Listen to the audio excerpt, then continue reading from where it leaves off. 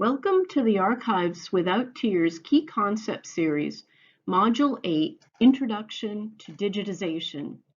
These modules provide a very brief and basic overview of the more in-depth content available through the Pennsylvania State Archives 2-day Archives Without Tears workshop.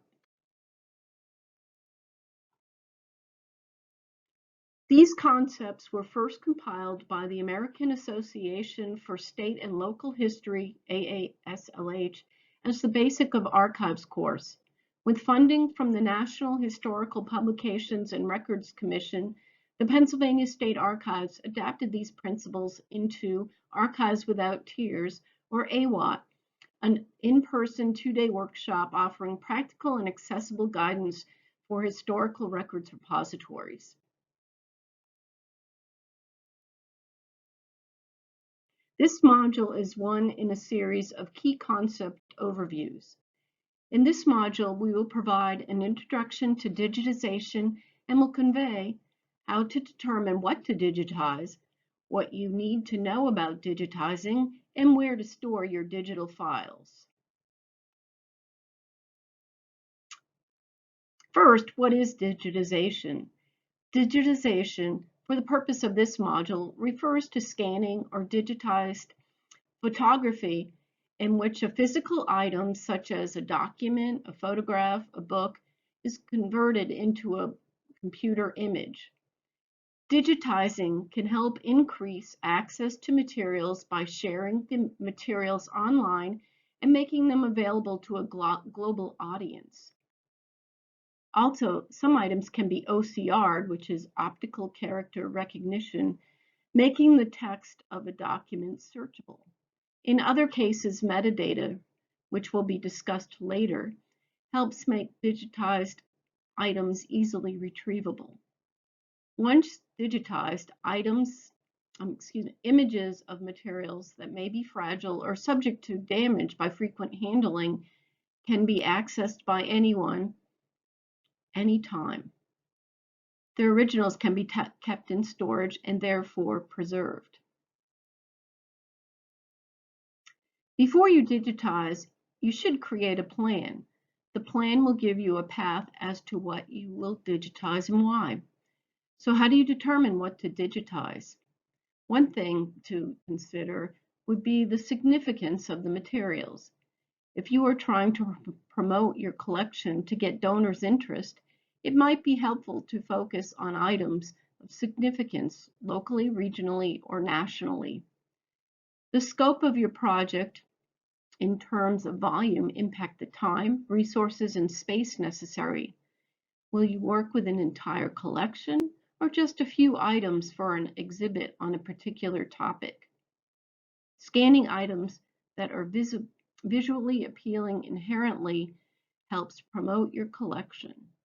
Photos, posters, and maps are often good choices. Consider digitizing items that are fragile or heavily used. Once available electronically, there's no need to handle the original and damage it further. You will also need to physically evaluate what you are scanning. Does the format require a special scanner, such as slides, microfilm, or oversized documents? Should the items be conserved before putting them through the rigor of scanning? Have you ever encountered digital files that were corrupted and unable to be opened? Part of your plan should include where and how you will store your scanned files, including the backup copies. Files can be kept online, in the cloud, on your own servers, and/or on external hard drives. It is best to maintain multiple copies and in separate physical locations in case one is damaged or lost, so that the other files can be recovered. Portable drives are not recommended for long-term preservation as they can be easily lost, forgotten, or damaged, but they do work well for sharing files. Media such as DVDs should be avoided as they are prone to damage such as scratching, reaction to moisture and humidity, and machines that can read them are becoming increasingly scarce. File formats are very important to consider when planning for digitization. These are some of the most commonly encountered. TIFF is generally a good choice for creating high-resolution master files or for other graphical applications where it is important to preserve image integrity, such as for publishing. This is in part due to TIFF's original data to be perfectly reconstructed from the compressed data. However, TIFFs can be large and often do not lend themselves well for online sharing. JPEGs are typically smaller files and as are frequently used for sharing or access copies. JPEGs are compressed but typically retain sufficient image quality for most reference purposes.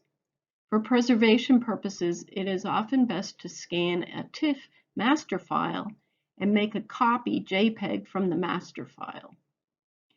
PDF files are primarily best for documents and can be easily OCR'd, which allows a digitized document to be text searched. Additionally, they tend to result in smaller sized files. PDF-A is a format similar to PDF. However, it is designed to remain accessible well into the future. The A stands for archival. It is recognized as an international standard for electronic document preservation and is used by many organizations, including the Library of Congress and the National Archives. Avoid proprietary formats and stick to these most commonly used formats. File names are very important. Have you ever worked with file names like this? How would you know which one was the kindergarten graduation, your trip to Paris, or the recently digitized 1847 map of your community? What if there were several hundreds or thousands of files with no discernible file name? Applying a meaningful and consistent naming convention is important to help identify what files are and where and when they came from. However, take care to avoid names that are too long or contain special characters such as exclamation points, commas, symbols, etc., as these can, in some cases, render the files unusable. This is an example of a possible file naming convention. In this case, RG stands for record group. This image belongs to a record group 31, the Department of Commerce, and is in the series photo file and is photo number 1077. The additional information includes the photo title and date.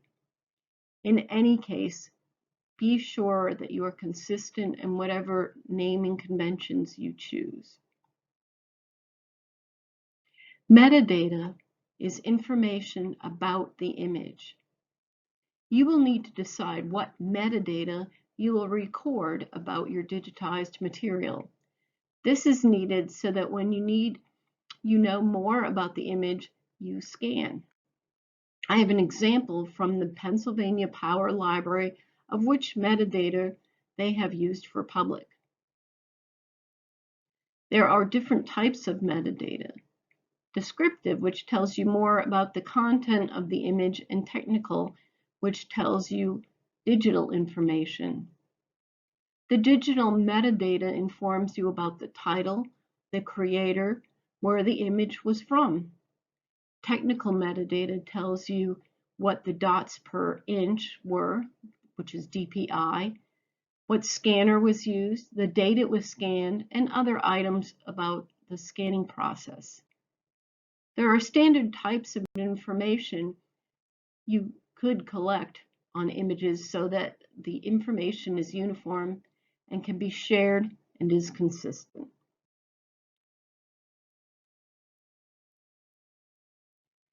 If you plan to put digital materials online or otherwise make them available to the public, it is important to be sure there are no copyright restrictions.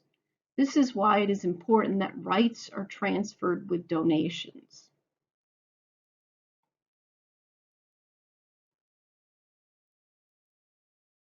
You will need to determine whether it is most advantageous to scan in-house or to seek an outside vendor.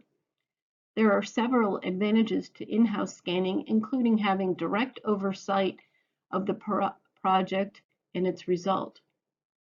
You can also more precisely dictate how the materials are handled and be accommodated if issues arise. One of the biggest benefits of in-house scanning, however, is that once you have the equipment or the staff or volunteers trained to use it, you can continue your digitization efforts with additional projects as best fits your needs. Conversely, there can be a high upfront cost in purchasing a quality scanner, software, or other computer equipment that you may need for your particular circumstances. There can also be costs associated with ongoing maintenance. Additionally, staff and/or volunteers will need to be trained in use and to correct naming and metadata.